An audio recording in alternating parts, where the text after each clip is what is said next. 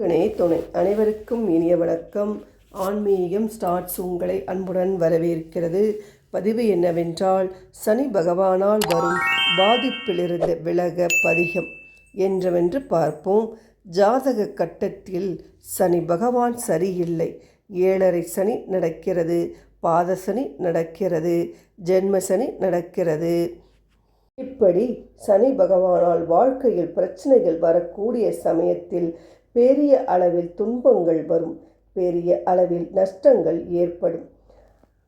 அனுபவ ரீதியாக இந்த காலகட்டத்தில் நிறைய வாழ்க்கை பாடங்களை நாம் கற்றுக்கொள்வோம். இந்த சூழ்நிலையில் கஷ்டங்களில் இருந்து விடுபட வேண்டும் என்றால் இறைவனின் ஆசீர்வாதம் நமக்கு தேவை, கிரகங்களின் ஆசீர்வாதம் நமக்கு தேவை.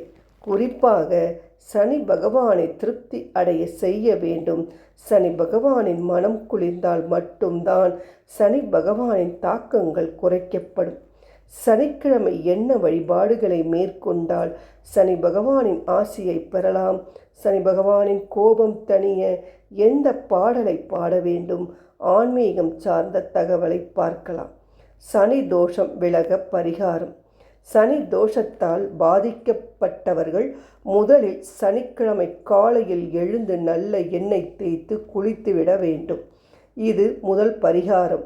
பிறகு வீட்டு பக்கத்தில் சிவன் கோவில் இருந்தால் அந்த கோவிலுக்கு செல்லுங்கள். சிவன் கோவிலில் நவகிரக சன்னிதானம் இருக்கும். சனி பகவானுக்கு 2 விளக்குகள் ஏற்றி வைத்து அவருக்கு புஷ்பங்கள் வாங்கி கொடுத்து உங்கள் பெயரை சொல்லி அர்ச்சனை செய்து கொள்ளுங்கள். இந்த சனி பகவானை, அதாவது நவ கிரகங்களை 9 முறை வலம் வர வேண்டும்.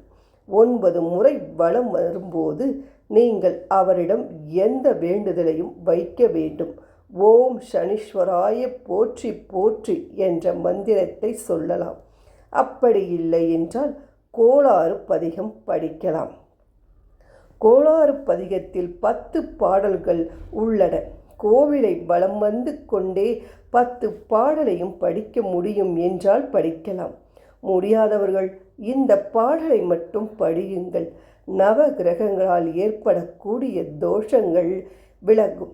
நவகிரக சன்னிதானத்தை சுற்றும் போது படிக்க வேண்டிய கோளாறு பதிக பாடல் வரிகள் இதோ உங்களுக்காக.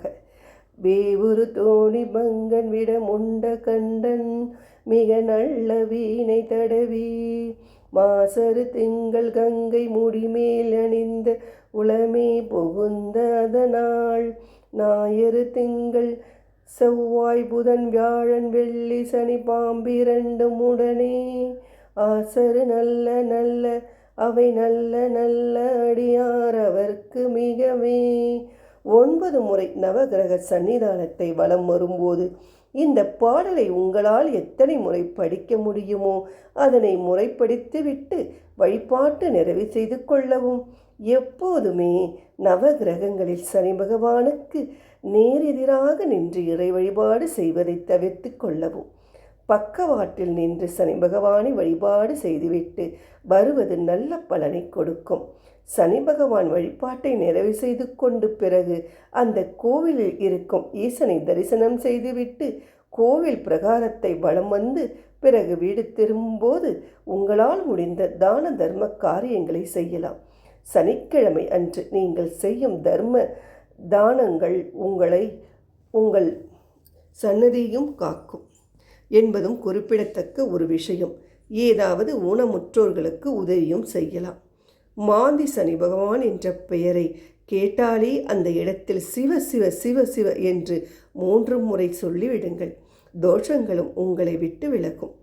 சனிக்கிழமையில் மேல் சொன்ன வழிபாட்டை செய்பவர்களுக்கு சனி பகவானால் பெரிய அளவில் பாதிப்புகள் வராது என்ற நம்பிக்கையுடன் இந்த பதிவை நிறைவு செய்து கொள்ளுவோம். நம்பிக்கையோடு பதிவை செய்து நீங்கள் அனைத்து பேரும் நீங்கள் நலமோடு இருக்க வேண்டும் என்று இந்த வழிபாட்டை நிறைவு செய்து கொள்கிறேன். இந்த பதிவை நன்றி, வணக்கம்.